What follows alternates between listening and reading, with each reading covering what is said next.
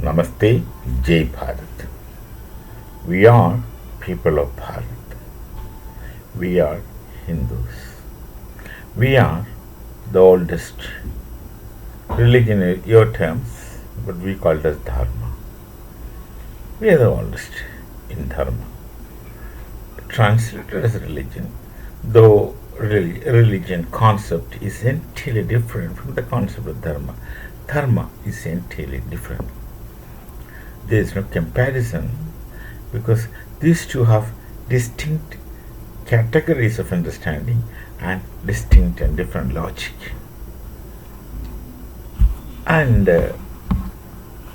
oldest but had faced destruction at least 5 times in history. At least 5 times. Faced destruction. A fraction of one such destructive attempt, if you see later in history, had destroyed many religions in the world whom mostly people call as pagans. They were not fools, pagans. Pagans we don't call it as pagans. That's a terminology which is essentially European.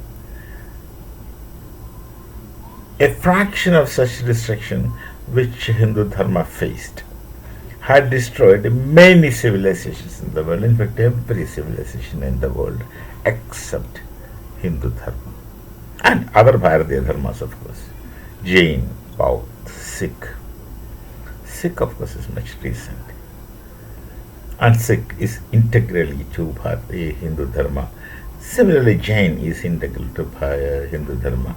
And both, at least within the Bharatiya Sanskriti, is integral to Hindu Dharma, within the Bharatiya Sanskriti.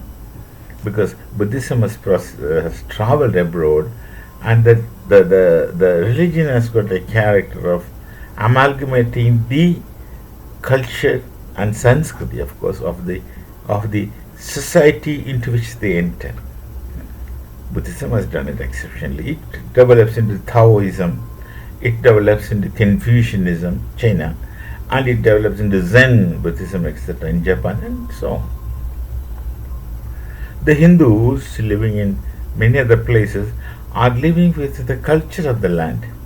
They don't carry the culture, Bharatiya Sanskrit, to that place.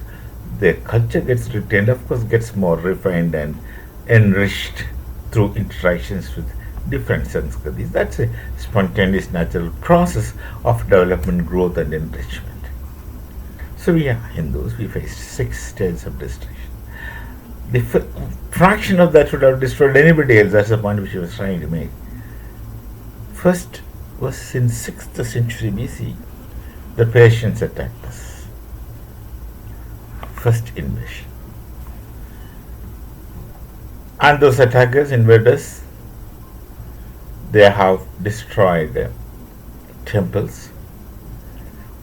They have destroyed our temples. They destroyed our idols, broken them.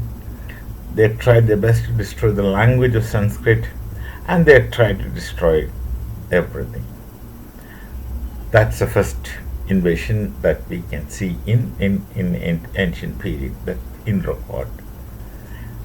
Then the next invasion was Alexander, son of Philip of Macedonia, student of Aristotle, student of Plato, student of Socrates. His invasion. But this time, the invasion of the Greeks on Bharat, they have not destroyed temples. They did not try to destroy Sanskrit, but it gave to interaction of dialogues more. And Greece was influenced by Bharatiya Sanskriti and Dharma through such dialogues. Alexander had invaded militarily, tried to establish, but went back from Bharat after respecting the land and the people. Lot of narratives, lot of stories. And of course, he left his so-called ambassador in Bharat, Seleucus Nicetas, and they got integrated and amalgamated to the extent of getting that book written, Indica, which nobody has seen. Because the book was destroyed, got destroyed. That's the second invasion. This time, there was not destruction of temples. There is no attempt to destroy Sanskrit. The Greeks were sensible. Instead, they started interacting more. They had interaction even prior to his Alexander's invasion. That's how Alexander knew that there is a place called as Bharat, India, from the river Indus. And that's the name of river Sindhu, Hind, as Persians pronounce, Al Hind, and therefore Hindustan, Hindus, all those stories. So that's how Alexander knew, because the scholars, the Greek scholars and the Hellenists knew about Bharat very closely, very intensely. That's the second invasion. The third invasion is between 8th century AD to 18th century AD. 1,000 years. 1,000 years. First, it was Islam, Islamic invasions. Of course, it begins in 8th century, 7th century, 8th century period. That Muhammad bin Qasim, a young wild Arab, with his enthusiasm, might, and army, attacked Sindh. It's called as invasion of Sindh. And converted, of course, the objective was to convert. Convert by any means. Choose between sunnat and death. Sword is in any case in their hand. Either you choose to convert to Islam or die. First conversion in the history of Bharat. And the process continued between 8th and 18th century for 1,000 years. And Europeans, British came the last, French, Dutch, of course, Vasco da Gama, Dutch, French, Portuguese, all those people, and finally the British. They tried their best to destroy the temples. The Islam invaders destroyed the temples, broken the idols, and went to the extent of carrying the broken idols and putting them on the pyramids of their mosques in distant places, Iran also, places wherever they had. And it went continued. And the invasion of the British was not that explicitly attacking, destroying temples, burning Sanskrit texts, burning Pali texts. If you remember, the Bhaktiar Khilji person who had put the library of Nalanda University on fire, and the library continuously burned for 2 months. Literature, knowledge, they are very respectful to knowledge. Fine. British adopted a different method. They wanted to convert, obviously. They have given free hands to missionaries. They have destroyed our Gurukulas. Gurukula is a university in Bharat. We had about 7 lakhs of Gurukulas in our nation then, those days. But in 1,000 years of this Mughal existence, and including Mughal and the British existence, European existence, these Gurukulas were destroyed. They destroyed the education. They tried to substitute Sanskrit with the English education, and they did it extensively.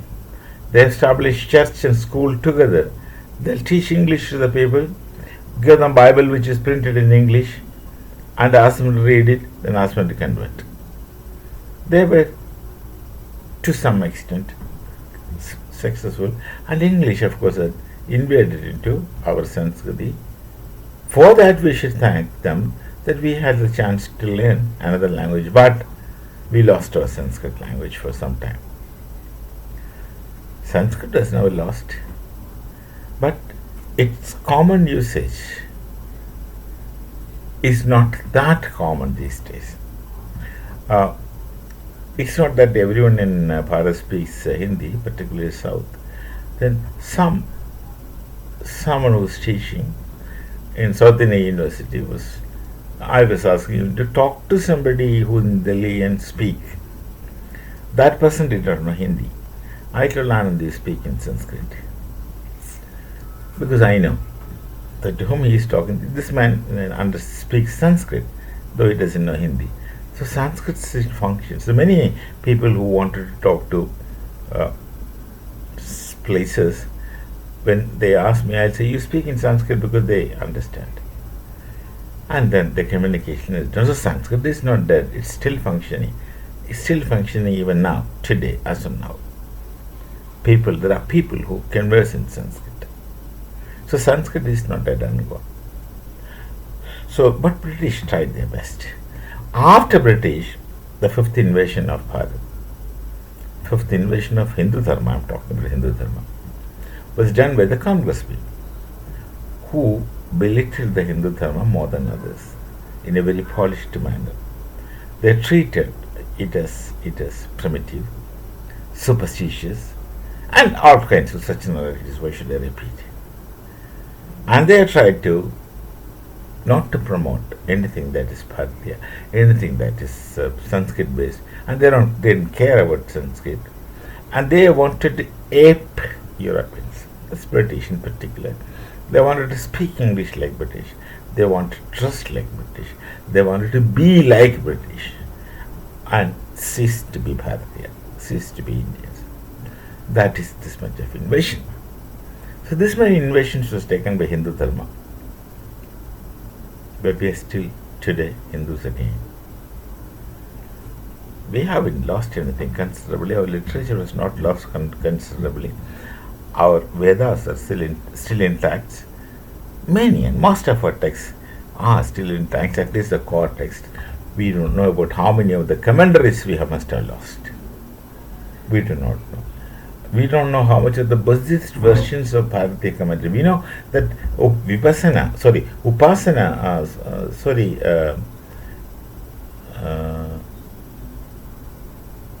Vasana concept of Upanishad. The Vasana concept of Upanishad is transformed into Praditya Samutpada in Buddhism. We know that. But we do not know how many of such Buddhist creations and recreations from the Veda-Upanishadic knowledge tradition has got destroyed in those 2 months of continuous fire in the library of Nalanda University. That's one instance. Nalanda University, one instance. How many of such destructions done, we do not know. But the core texts remained. The core text remained, though we really do not know how much of the commentaries, glossaries, etc. are lost. But then the Hinduism is still there. Today is International Yoga Day. And today yoga is being celebrated in the entire world. So people turn slowly to yoga. People in the world slowly turn to Sanskrit. People in the world slowly try to understand Hindu Dharma. We will not want people to convert into Hindu Dharma, because you can remain whatever you are and still be a Hindu practice. Be in Hindu practice. Conversion is not needed. Faith is not needed. Whatever you're getting attracted by Hindu Dharma, you can just take that and remain what you are, where you are, how you are. You have all kinds of freedom. Philosophically from the Hindu Dharma tradition. So, in spite of all those things, these 5 major invasions on Dharma, Hindu Dharma, it still is formidable, flourishing, thriving, and people keep telling Jai Siya Ram, or Hare Krishna, or Bham Bhole, Jai Bholenath. These things gone. If it was to anyone else, a fraction of such invasion had destroyed civilizations. You need not to remember the Incas, Aztecs, Mayas, everyone. And this civilized quote unquote people called them as pagans. And those pagans were much sensible and human than you civilized people in modern times. So we shall meet again with some other thoughts. Hindu Dharma still remains, and people are more attracted to Hindu Dharma. We do not want to increase the population. We don't believe in conversion, because you don't have to convert to understand Hindu Dharma and be a Hindu. You can be a Hindu and be a Christian at the same time, because we don't restrict. We don't insist that if you do this, you don't that. You do whatever you feel like, because it's for you, up to you, no control. There's no one who's insisting that this should be like this. If you're in a frame, you be in that frame, that's it. So we shall meet again. Namaste. Jai Bharat, Jai Siya Ram.